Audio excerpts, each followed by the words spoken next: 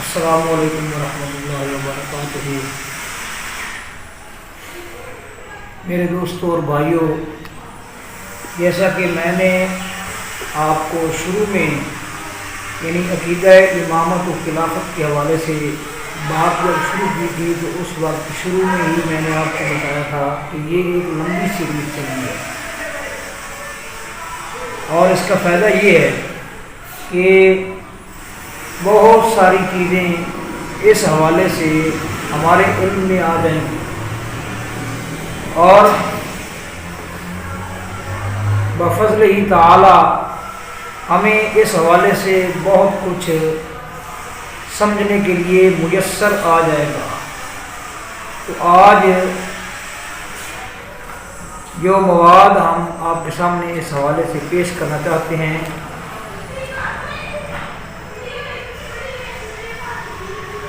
وہ ہے حضرت علی رضی اللہ تعالی عنہ کا خطبہ جو ہے اشباح۔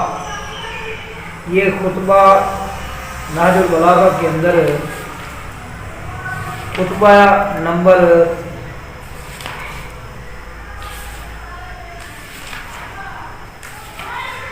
99، یہ خطبہ نمبر 99 ہے اور مفتی جعفر حسین اس خطبے کی وجہ تسمیہ کے اوپر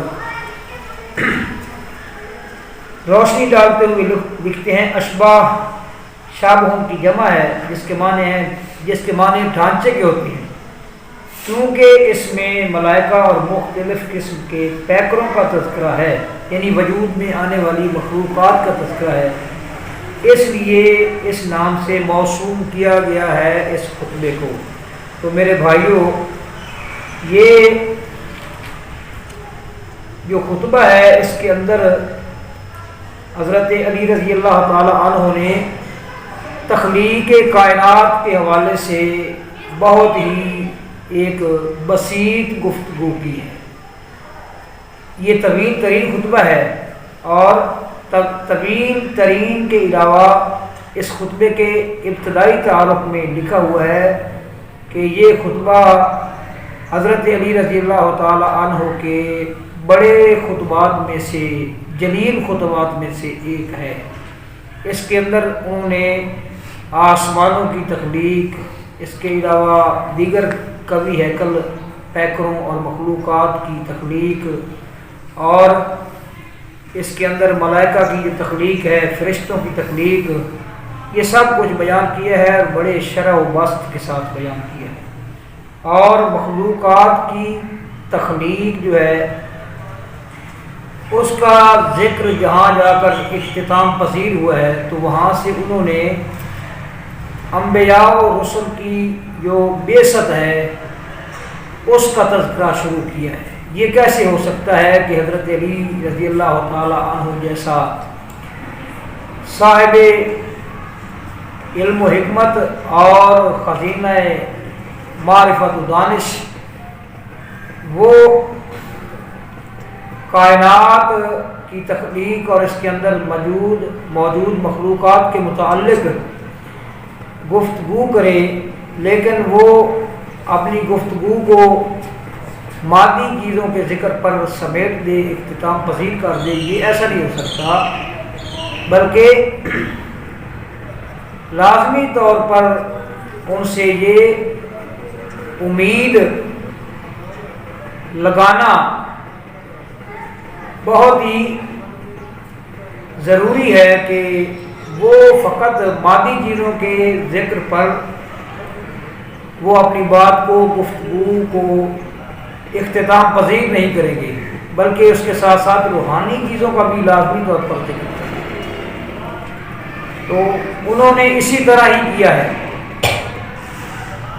حسب توقع اور حسب امید انہوں نے اسی طرح ہی کیا ہے۔ جو کچھ ان کے شایع نشان تھا، جو کچھ اس معاملے میں ان کو زیبا تھا، انہوں نے اسی طرح ہی کیا ہے۔ ساری چیزوں کے اوپر بات چیت کرتے ہوئے، روشنی ڈالتے ہوئے اپنی گفتگو کا جو ہے وہ اختتام وہ انہوں نے اس اختتام کے تذکرے کو روحانیت کی طرف موڑ دیا ہے، تاکہ لوگوں کو یہ پتہ رہے، یہ علم رہے کہ ان کا اس دنیا کے اندر آنے کا اور بسنے کا اور آباد ہونے کا مقصد جو ہے وہ مقصد کیا ہے، وہ ان کو ساتھ ساتھ مقصد کا بھی پتہ چلے، وہ فقط اسی بات پر نازا نہ رہیں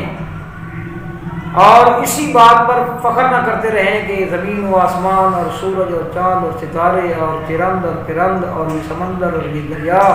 یہ ایک سسٹم، یہ ایک نظام ہماری خدمت میں مصروف عمل ہے، تو ہم جو ہیں وہ بڑے ہی اس کائنات کے بڑے ہی اہم اور قابل فخر اللہ تبارک و تعالیٰ کے پیدا کردہ بندے ہیں، اور ہمارا جو زندگی کا مسئلہ ہے وہ ان مادی چیزوں سے حاصل ہونے والے جو فوائد ہیں بس اسی پر ختم ہو جاتا ہے، کہیں ان کی سوچ اس طرف نہ بھٹک جائے۔ تو انہوں نے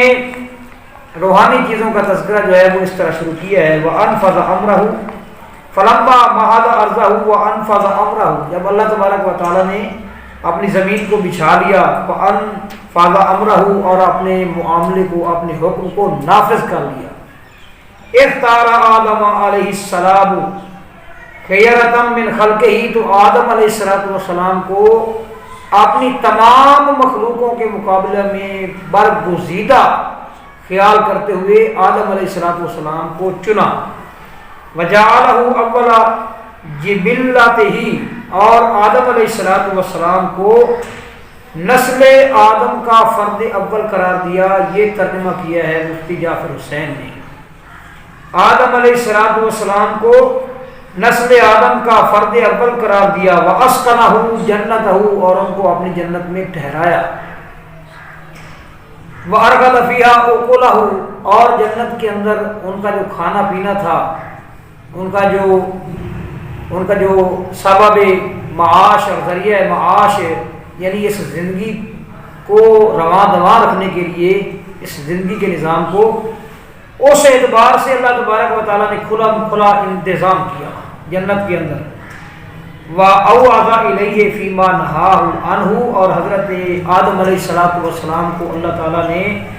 جس چیز سے منع کرنا تھا اس کے بارے میں پوری طرح خبردار کر دیا، وَأَعْلَمَهُ أَنَّ فِي الْإِقْدَامِ عَلَيْهِ التَّعَرُّضَ لِمَعْصِيَتِهِ، اور آدم علیہ السلام پر یہ واضح کر دیا، ان کو بتا دیا، ان کو یہ پوری طرح جنوا دیا کہ جس چیز سے آپ کو منع کیا گیا ہے اس چیز کے درپے ہونا، اس کی طرف بڑھنا اور اس کے درپے ہونا، یہ اس کے اندر اللہ تبارک و تعالیٰ کی معصیت اور نافرمانی ہوگی۔ وَالْمُخَاطَرَةَ بِمَنْزِلَتِهِ، سبحان اللہ، الفاظ دیکھیں جی، جیسے میں ہمیشہ توجہ دلایا کرتا ہوں، الفاظ دیکھیں کتنے جو ہے نا وہ وزنی الفاظ ہیں اور کتنے قیمتی اور گراں قدر الفاظ ہیں ان کے، وَالْمُخَاطَرَةَ بِمَنْزِلَتِهِ، اور اپنی جو قدر و منزلت ہے، مقام اور مرتبہ ہے، اس کے لیے خطرات پیدا کرنے ہوں گے، یعنی جس چیز سے منع کیا ہے اس کی طرف بڑھنے کا مقصد ہے کہ آپ اپنی قدر و منزلت کے لیے خطرات پیدا کریں گے۔ فَأَقْدَمَ عَلَى مَا نَهَاهُ مُوَافَاةً لِسَابِقِ عِلْمِهِ، تو حضرت آدم علیہ السلام جو ہیں جس چیز سے ان کو منع کیا گیا تھا اس چیز کی طرف آگے بڑھے، اللہ تبارک و تعالیٰ کے علم کی، یعنی اللہ تبارک و تعالیٰ کے علم کی جو سبقت ہے اس سبقت کو اتمام کرنے کے لیے، اس سبقت کا اتمام کرنے کے لیے،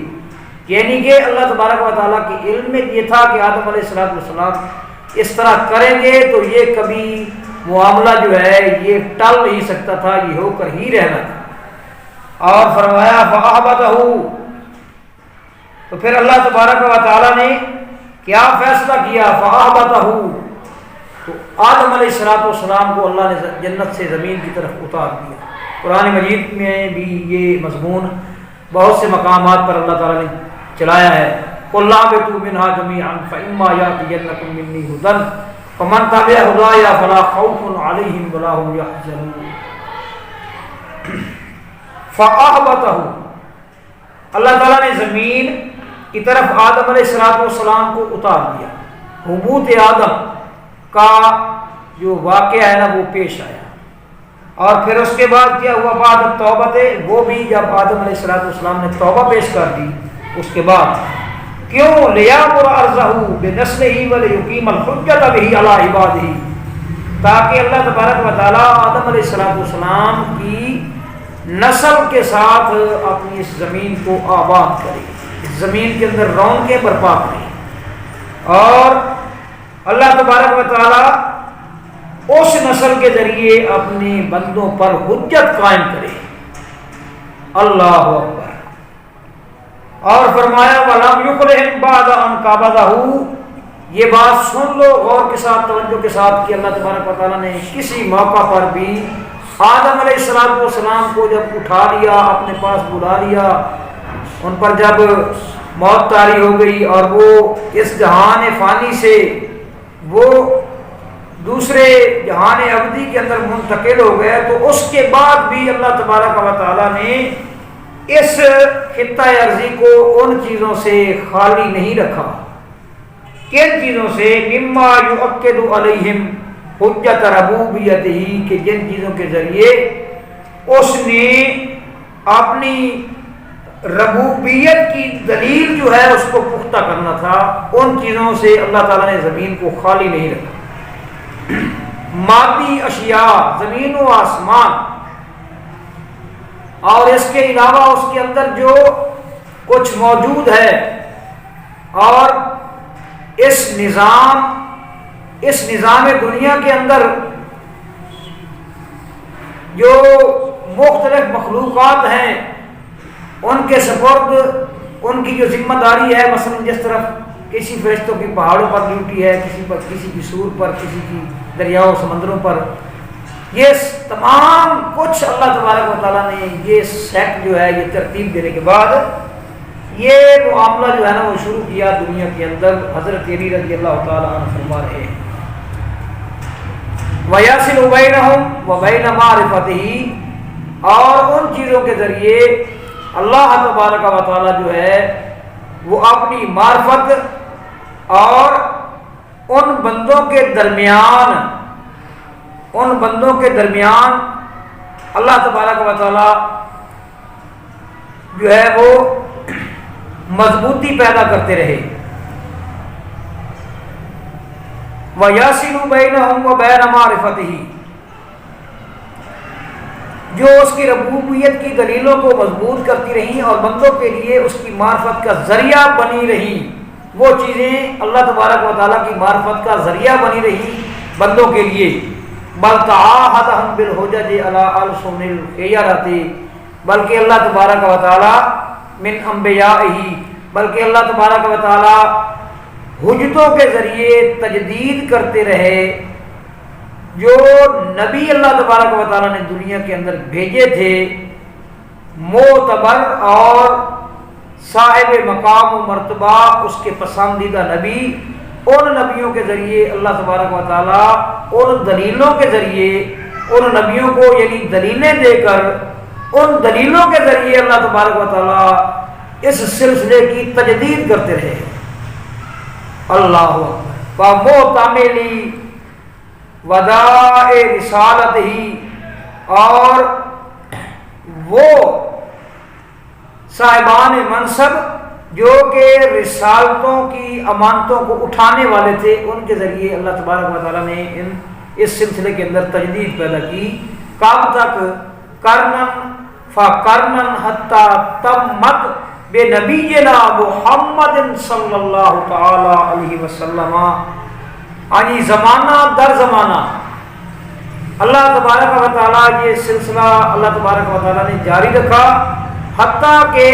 اس معاملے کو اللہ تبارک و تعالیٰ نے ہمارے پیغمبر صلی اللہ تعالیٰ علیہ وسلم کے ذریعے اختتام پذیر کیا، مکمل کیا. تمت یعنی اللہ تبارک و تعالیٰ کی طرف سے رہنما اور اللہ تبارک و تعالیٰ کی طرف سے ہادی اور رہنما اور لوگوں کا زمام کار جو اللہ تبارک و تعالیٰ سے کی طرف سے جس کا سلسلہ شروع ہوا وہ سلسلہ آدم علیہ السلام سے شروع ہوا اور پیغمبر صلی اللہ تعالیٰ علیہ وسلم پر آ کر ختم ہو گیا ہے۔ اب اگر اس سے آگے یہ سلسلہ چلنا ہوتا تعیین من جانب اللہ کا، اللہ تبارک و تعالیٰ کی طرف سے رہنماؤں اور ائمہ اور خلفاء کے مبعوث ہونے کا سلسلہ جو ہے وہ جاری ہونا ہوتا، اور یہ امت اس اعتبار سے ان ائمہ اور خلفاء کے ساتھ یہ وابستہ ہوتی یہ امت، تو اللہ وحدہ لا شریک اس کا ضرور انتظام کرتے اور حضرت علی رضی اللہ تعالی عنہ اس کا ضرور تذکرہ فرماتے، کیونکہ انہوں نے یہاں مادی چیزوں کا تذکرہ کیا ہے، جو چیزیں انسانوں کے لیے روزیاں فراہم کرتی ہیں ان کا تذکرہ کیا ہے، اور پھر رسولوں اور نبیوں کا تذکرہ کیا ہے روحانی لحاظ سے، اور پھر اس تذکرے کو حضرت محمد صلی اللہ تعالیٰ علیہ وسلم پر آ کر سمیٹ دیا ہے۔ اس کا مطلب ہے کہ اللہ تبارک و تعالیٰ کی طرف سے جو ہے نا وہ امام یا ہادی یا رہنما مقرر کرنے کا جو سلسلہ تھا وہ حضرت محمد صلی اللہ علیہ وسلم پر اختتام پذیر ہو گیا ہے۔ یہی جو مسئلہ ہے یہ ان کے اور ہمارے درمیان وجہ نزاع ہے اور وجہ اختلاف ہے۔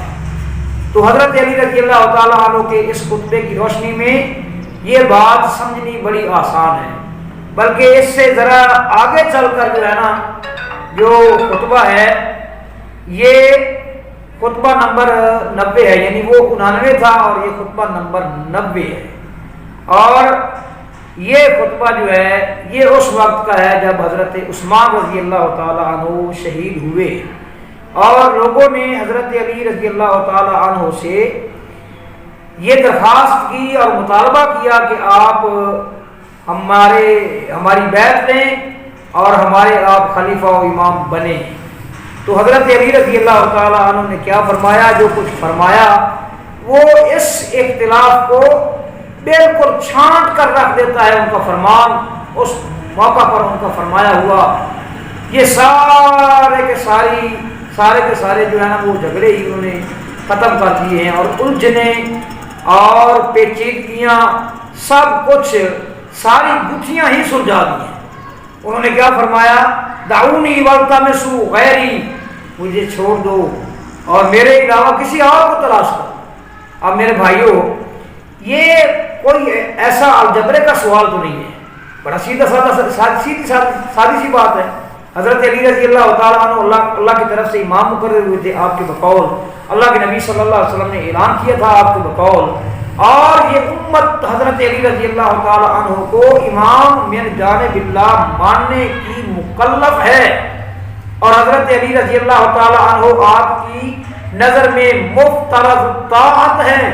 تو پھر وہ کیوں کہہ رہے ہیں دعونی والتمسوا غیری، مجھے چھوڑ دو؟ اور پہلے وہاں انہوں نے اختتام کیوں کیا ہے اس بات پر آگے کہ اللہ تعالیٰ کی طرف سے مقرر کیے جانے کا جو سلسلہ تھا وہ نبی کریم صلی اللہ تعالیٰ علیہ وسلم پر آ کر ختم ہو گیا، اور یہاں وہ فرما رہے ہیں کہ میرے علاوہ کسی اور کو تلاش کر دو۔ اب ایک بات تو یہ سوال ہے کہ وہ اللہ کی طرف سے مقرر کیے ہوئے تھے، تو وہ لوگوں کو کیوں کہہ رہے ہیں کہ آپ لوگ جو ہے نا وہ کسی اور کو تلاش کر لیں؟ کیا اللہ کی طرف سے جو مقرر کیا ہوا کوئی نبی ہے، رسول ہے، وہ لوگوں کو ایسی بات کہہ سکتا ہے کہ مجھے چھوڑ دو، میری بات کو چھوڑ دو، میری دعوت کو چھوڑ دو اور میرے علاوہ کسی اور کو تلاش کر لو؟ اگر رسول کی طرف پر امام نے مقرر ہونا ہے اللہ کی طرف سے، تو پھر اس بات کی کوئی گنجائش نہیں بنتی کہ وہ نمائندہ کہے کہ مجھے چھوڑ دو اور کسی اور کو تلاش کر لو۔ ان کے یہ الفاظ بتا رہے ہیں بالکل واضح طور پر ساری الجھنیں، ساری اڑچنیں، سب پیچیدگیاں انہوں نے ختم کر دی ہیں اور ساری گتھیاں سلجھا دی ہیں۔ مجھے چھوڑ دو اور میرے علاوہ کسی اور کو تلاش کر لو۔ فَإِنَّا مُسْتَقْبِلُونَ أَمْرًا لَهُ وُجُوهٌ وَأَلْوَانٌ، ہمارے سامنے ایک ایسا معاملہ کھڑا ہے اس وقت کہ جس کی کئی وجوہات ہیں اور اس کے کئی رنگ ہیں۔ اور فرمایا لا تقوم لہ القلوب، لا تقوم لہ القلوب، وہ جو معاملہ ہمارے سامنے کھڑا ہوا ہے اس وقت، یہ دل جو ہیں وہ اس کے ساتھ قائم نہیں رہ سکتی۔ ولا تثبت علیہ العقول، اور نہ ہی عقلیں جو ہیں وہ ثابت رہ سکتی ہیں، جم سکتی ہیں، نہ ہی عقلیں اس معاملے کے بارے میں پختگی اور مضبوطی اختیار کر سکتی ہیں۔ اور فرمایا وَإِنَّ الْآفَاقَ قَدْ أَغَامَتْ وَالْمَحَجَّةَ قَدْ تَنَكَّرَتْ، افق عالم پر گھٹائیں چھائی ہوئی ہیں اور راستہ ہے کہ پہچاننے میں نہیں آ رہا، راستہ پہچاننے میں نہیں آ رہا۔ کون؟ مقصد ہے کہ معاملہ اتنا گٹ مٹ ہو گیا ہے، اس شہادت کے بعد اتنا معاملہ خلط ملط ہو گیا ہے۔ اللہ کے نبی صلی اللہ علیہ وسلم نے بھی فرمایا تھا کہ غلط اور صحیح میں تمیز کرنی مشکل ہو جائے گی۔ حضرت علی فرما رہے ہیں ان الآفاق قد اغامت والمحجۃ قد تنکرت، افق عالم پر گھٹائیں چھا گئی ہیں اور راستہ ہے کہ پہچاننے میں نہیں آ رہا۔ اور آگے فرمایا قد وَاعْلَمُوا أَنِّي أَحْبَبْتُكُمْ وَاعْلَمُوا أَنِّي إِنْ أَجَبْتُكُمْ رَقِبْتُ بِكُمْ مَا أَعْلَمُ، اور جان لو کہ اگر میں تمہاری بات کو قبول کر لوں تو میں تمہیں اس طرف لے کر جاؤں گا جس کو میں جانتا ہوں۔ وَلَمْ أُضِعْ إِلَىٰ قَوْلِ الْقَائِلِ، اور میں اس ذمہ داری کو کسی کہنے والے کے کہنے کی وجہ سے کبھی نہیں اتار پھینکوں گا۔ یعنی پہلے تم نے یہ کام کیا ہے کہ حضرت عثمان رضی اللہ تعالیٰ عنہ کو شہید کر دیا ہے اپنے مطالبے کا تسلیم نہ ہونے کی وجہ سے، میں بھی اسی طرح کروں گا۔ اگر میں نے اس ذمہ داری کو قبول کر لیا تو کسی کہنے والے کے کہنے کی وجہ سے میں اس کو کبھی نہیں چھوڑوں گا۔ اللہ اکبر، یعنی تم اس بھول میں نہ رہو۔ وَعَدْبِ الْعَاتِبِ، اور کسی کے وَعَدْبِ الْعَاتِبِ، اور کسی ناراض ہونے والے کی ناراضگی کی وجہ سے میں اس ذمہ داری کو پھر نہیں چھوڑوں گا۔ بہتر تو ہے کہ تم لوگ کسی اور کو تلاش کر لو اور مجھے چھوڑ دو، لیکن یاد کر لو کہ جب میں نے یہ ہاں کر لی، یہ حامی بھر لی، تو پھر اگر تم نے کل کو میدان میں آ کر اسی طرح تم نے ہڑبونگ برپا کیا جس طرح کہ حضرت عثمان کے خلاف تم نے برپا کیا ہے، تو پھر یہ نہیں چلے گا میں تمہاری بات پر، کسی ناراض ہونے والے کی ناراضگی پر اور کسی اعتراض کرنے والے کے اعتراض پر کوئی کام نہیں کروں گا۔ اور آگے فرمایا وَإِن تَرَكْتُمُونِي، اگر تم مجھے چھوڑ دو، ان الفاظ پر غور کرنا ہے، وَإِن تَرَكْتُمُونِي، اگر تم مجھے چھوڑ دو، فَأَنَا كَأَحَدِكُمْ، تو میں بھی تمہارے میں سے کسی ایک ہی کی طرح ہوں، میں تم میں سے کسی ایک ہی کی طرح ہوں۔ یہ جو الفاظ ہے نا، چلو عاجزی کے طور پر آپ یہ کہہ سکتے ہیں کہ وہ خود تو نہیں یہ کہہ سکتے تھے کہ میں اس وقت سب لوگوں کے سے افضل ہوں اور صاحب فضیلت ہوں، اور وہ صاحب فضیلت تھے، سب سے افضل تھے۔ اس وقت ان کے مقابلے میں کوئی شخصیت روئے زمین پر موجود نہیں تھی، لیکن جو اللہ کا نمائندہ ہے،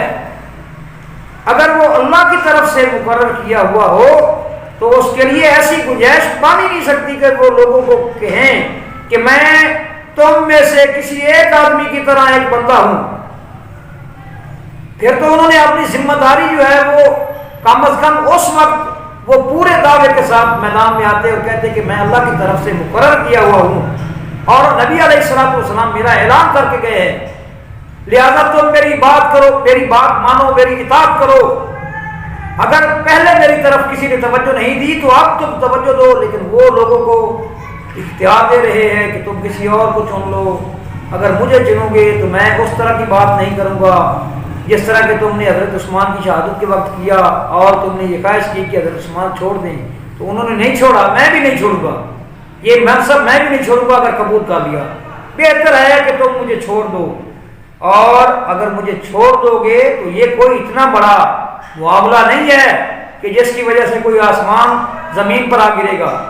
میں بھی ایک جس طرح تم اللہ کے بندے ہو میں بھی جو ہے نا وہ اللہ کے بندوں میں سے ایک بندہ ہوں تمہاری طرح ہی. اور فرمایا وَلَعَلِّي أَسْمَعُكُمْ وَأَطْمَعُكُمْ، یہ الفاظ غور کے ساتھ سنیں، خطبہ نمبر 90 کی. اور ہو سکتا ہے کہ میں تم میں سے جس بندے کو تم چنو گے نا، یہ بھی انہوں نے یہاں جھگڑا مکا دیا ہے، ختم کر دیا ہے کہ چننا ارباب بسط و کشاد اور ارباب بسط و عقد کے حال میں نہیں ہے، جس طرح کے اہل تشیع کہتے ہیں. حضرت علی رضی اللہ تعالیٰ عنہ فرما رہے ہیں کہ جس کو تم چنو گے، جس کا فیصلہ تم کرو گے، ہو سکتا ہے کہ میں تم سے بڑھ کر اس کی بات کو سنوں، وَأَطْوَعُكُمْ، اور میں تم سے بڑھ کر اس کی اطاعت کروں. ایسا ہو سکتا ہے کہ اللہ کی طرف سے کوئی بندہ جو ہے وہ منصب پر فائز ہو، اللہ تعالیٰ اس کو متعین کرے اور اللہ تعالیٰ اس کو مقرر کرے، اللہ تعالیٰ اس کو جس طرح کہ اللہ تعالیٰ نے انبیاء نبیوں کو بھیجا. تو کیا کسی نبی کے لیے یہ جائز ہے کہ وہ کسی عام آدمی کی اطاعت کرتا پھرے؟ حضرت علی رضی اللہ تعالیٰ فرما رہے ہیں میں سب سے زیادہ، ہو سکتا ہے کہ میں سب سے زیادہ تم میں سے سب سے زیادہ اس کی اطاعت کروں. تو یہ الفاظ بتا رہے ہیں کہ یہ عہدہ اللہ تعالیٰ کی طرف سے متعین کیا ہوا نہیں ہے، ورنہ اللہ کی طرف سے متعین کیے ہوئے نمائندے کے لیے یہ جائز ہی نہیں ہے کہ وہ لوگوں کو کہے جس کو تم بناؤ گے میں اس کی سب سے زیادہ اطاعت کروں گا. بات ہی ختم کر دیا انہوں نے. یہ تمہاری لائبریریوں کے اندر یہ موجود نہیں ہے. نہج البلاغہ لکھنے والا سید شریف الرضی، کیا یہ اہل تشیع کا تھم نہیں ہے؟ کیا یہ شیخ مفید کا شاگرد نہیں ہے؟ سب کچھ ہے. یہ سید مرتضیٰ عالم الہدا کا چھوٹا بھائی نہیں ہے؟ بالکل ہے. تو بھائی کھول کر تو دیکھو اپنی کتابوں میں اس سب سے بڑے مرکزی محور کے اندر کیا کچھ لکھا ہوا ہے. اللہ اکبر. اور فرماتے ہیں آگے انہوں نے پھر مزید جو ہے اس معاملے کو فرماتے ہیں انا لکم وزیرا، میں تمہارے لیے وزیر ہوں، میں تمہارا وزیر بنوں. خیرون، بہتر ہے یہ، خیر لکم منی امیران. آپ وہ کہہ رہے ہیں خیر لکم منی امیران، تمہارے لیے بہتر ہے مجھ سے کسی اور کا امیر بننا، میرے مقابلے میں کسی اور کا امیر بننا اور میرا اس کا وزیر بننا، یہ تمہارے لیے بہتر ہے. معاملہ ہی انہوں نے ختم کر دیا ہے. اور کیوں اللہ کے بندو عقل کے پیچھے لاکھ لے کر پڑے ہوئے ہو، اور کیوں یہ ضد اور ہٹ درمی تم نے جو ہے نا اختیار کر رکھی ہے؟ اللہ کو تم نے اس مذمومہ اور اس گھڑے ہوئے اور تراشیدہ عقیدے کی خاطر تم نے اللہ کی جو ردائے تکبر ہے اس کو ہاتھ ڈالا. تم نے اللہ کو کسی چیز کا پابند بنایا. تم نے اپنی طرف سے یہ عقیدہ نظریہ پیش کیا کہ نبی علیہ السلام کو جو ذمہ داریاں دی گئی تھی وہ پوری نہیں کر سکے، اب امام کی ضرورت ہے. پھر تم نے جو ہے نا وہ 12 افراد کو نبی علیہ السلام کے بعد اللہ کی طرف سے مبعوث کیا ہوا، یہ تم نے اس بات کا ڈھنڈورا پیٹا اور تم نے اس کی خاطر صحابہ کرام رضوان اللہ علیہ اجمعین کے کفن بمبوڑے، ان پر تبرے کیے. اللہ معاذ اللہ کتابیں پڑھ کر دیکھے تو اللہ کی قسم ہے ایسی ایسی مغلظات اور ایسی گالیں لکھی ہوئی ہیں صحابہ کرام کے لیے، ابو بکر صدیق جیسے عظیم آدمی کے لیے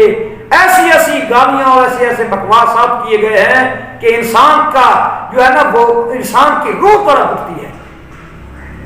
ٹکرے مارنے کو جی چاہتا ہے. کسی مومن کی زبان پر، مسلمان کی زبان پر ایسی گالیاں اور ایسے مغلظات، وہ صحابی رسول کے صحابہ کے لیے، رسول کی بیویوں کے لیے. اور اس کی وجہ کیا ہے؟ ایک مذمومہ اور سوچا اپنا جو ہے وہ سوچا ہوا خود ساختہ عقیدہ، وہ ہے اس کی وجہ. غور کرو، ایک دن اللہ کے پیش ہونا ہے. حضرت علی رضی اللہ تعالی عنہ نے تو سارا معاملہ صاف کر دیا ہے تمہارے اس نظریے کے متعلق. ان کے یہ الفاظ جو ہیں وہ واضح طور پر بتا رہے ہیں کہ اللہ کی طرف سے جو منتخب کرنے کا جو سلسلہ تھا وہ رسول پر ختم ہو گیا ہے. اب یہ سلسلہ جو ہے آگے مثلا خلیفہ ڈھونڈنا ہے، حکمران بنانا ہے، تو یہ لوگوں نے مل کر مشاورت کے ساتھ بنانا ہے. جس طرح وہ یہ کہہ رہے ہیں کہ جس کو تم بناؤ گے میں اس کا وزیر بنوں گا، اور ہو سکتا ہے کہ جس کو تم چنو گے وہ جو ہے نا وہ مجھ سے بہتر امیر ہو اور میں اس کا وزیر ہوں۔ وما علینا الا البلاغ۔